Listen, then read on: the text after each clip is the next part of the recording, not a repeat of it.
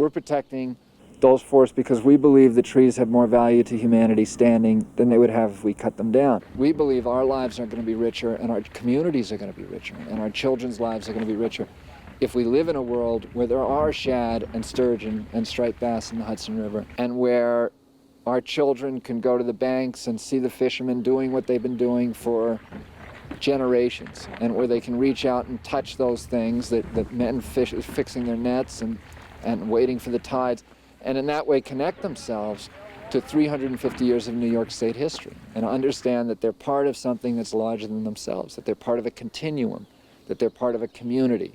And I don't want my children growing up in a world where there are no commercial fishermen, and where we've lost touch with the seasons and the tides and the things that connect us to 10,000 generations of human beings that were here before laptops, and that connect us ultimately to God.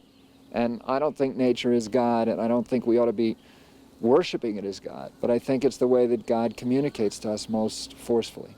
And for me, therefore, destroying these things is the moral equivalent of tearing the last pages out of the last Bible or Torah or Talmud or Koran on earth. It's a cause that I don't think it's prudent for us to impose upon ourselves. I doubt if we have the right to impose it upon our children. And, you know, ultimately, what we're doing here is recognizing we have a debt to our children, and we have a debt to the people in our society who don't speak loudly. And that debt is a recognition that we live in a community, and being part of a community is painful because you can't just make decisions based upon your own self-interest. You have to account for the costs and impacts of those decisions on other people. And that's really what environmentalism is about. It's about recognizing that debt to others.